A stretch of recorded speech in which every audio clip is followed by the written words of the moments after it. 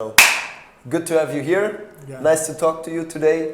That's great. I have been a fan of your product for a couple of times now, and I'm very happy to be able to talk to you, man. Okay. Really happy to be here with you. Actually, it's a great opportunity. Thank you. To share. So let's kick off and talk about your personal background. You know, who are you, and what are you doing right now?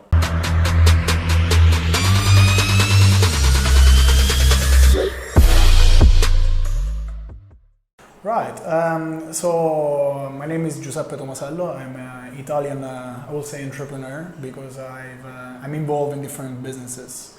Right now, maybe like most of my time, I will say like 90% of my time, even more, I'm dedicated in building this startup, which is called Edugoda. But now we are launching a new product, which is called Edugoda.ai. This one. And that's involved like 90% of my time. Then I have also like other activities, such as I have a family business, which is about like a food business. So we export also here in China. We produce in different parts of the world, and so I'm also in charge of that.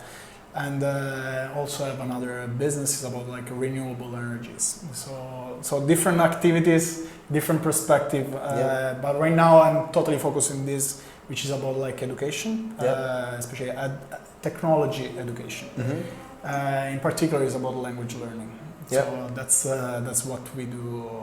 That's what I do personally most of my time. Yeah, got it. Okay, so I understand you're basically wearing lots of different hats, but today we want to focus on your EdTech hat. And you know, tell me more about it. How did you start Edugo AI? Why China? You know, it's not very obvious for an Italian guy coming to China. Right. Why language learning? Kind of help me understand. Right. Okay. So my background has been like I was studying before. I was studying engineering, and then I did a master in international management. Mm-hmm. So this master, basically, I was traveling around the world. It's one of those programs where you basically are in different places, in different times. During this time, actually, I was in a class where we had basically 20 different nationalities. So my classmates were from literally everywhere in the world. Right, so I was like actually having connections with people from Vietnam, China, South America, Russia, Canada, and so on and so forth. So it was a really diverse environment. Yeah, it's pretty cool. So it was a great life experience. But what I realized by doing this master was not the value I was getting was not from like the professor or like from studying from books or passing exams. The value I was getting was actually from interaction that I had with my classmates. So basically, I was learning like from understanding the Russian market. I was learning about Vietnam. I was learning about China, and it was fascinating for me how much knowledge actually you can get from people who are really different from you. Yeah. The problem at that time was that I was trying to learn languages from them as like a main vehicle to better understand their culture and maybe do business with them in the future. But the tools that actually exist to learn, like for example, this Chinese person tried to teach me Chinese, was basically using a piece of paper. and you know, like it can be like really frustrating when like a Chinese person tried to explain you characters on a piece of paper, you forget, and then like all this knowledge is like lost. Yeah. So right now I don't even know where is this knowledge, and it's really difficult for me to actually learn from this knowledge. So since my passion was building software, when I was in the university, I started building this little like software that was allowing me to learn from my classmates better. Wow, cool. So basically it was like inputting those sentences they want to teach me, and then like this was going to this software, I can do some different exercises.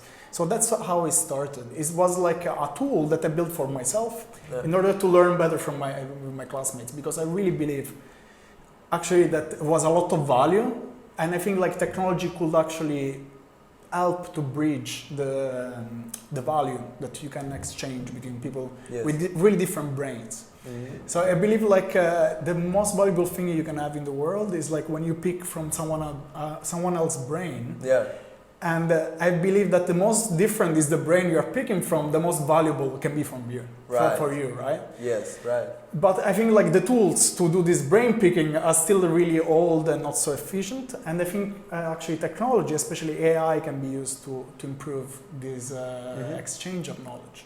So that's how this started. Got it.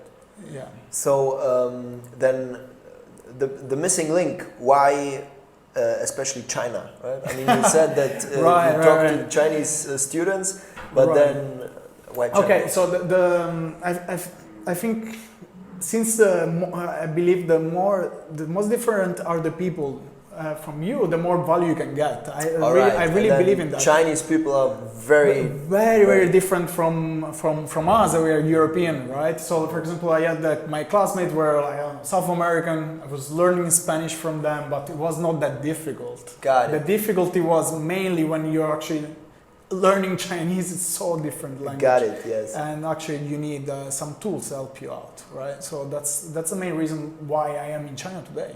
It's actually because I can learn a lot from this wonderful culture, and there is still like I'm here in China since 4 years, but it's still like I'm on the tip of the iceberg. I still have so much things to learn. And actually now that my Chinese is getting better, like I can start having conversation with Chinese people, also with Chinese investors, and it's becoming really interesting. Because now I'm kind of exiting the bubble of expats here in China and start to communicate more with Chinese people. And that's actually super exciting. Wow, that's pretty inspiring, and now I get it. So it's pretty cool.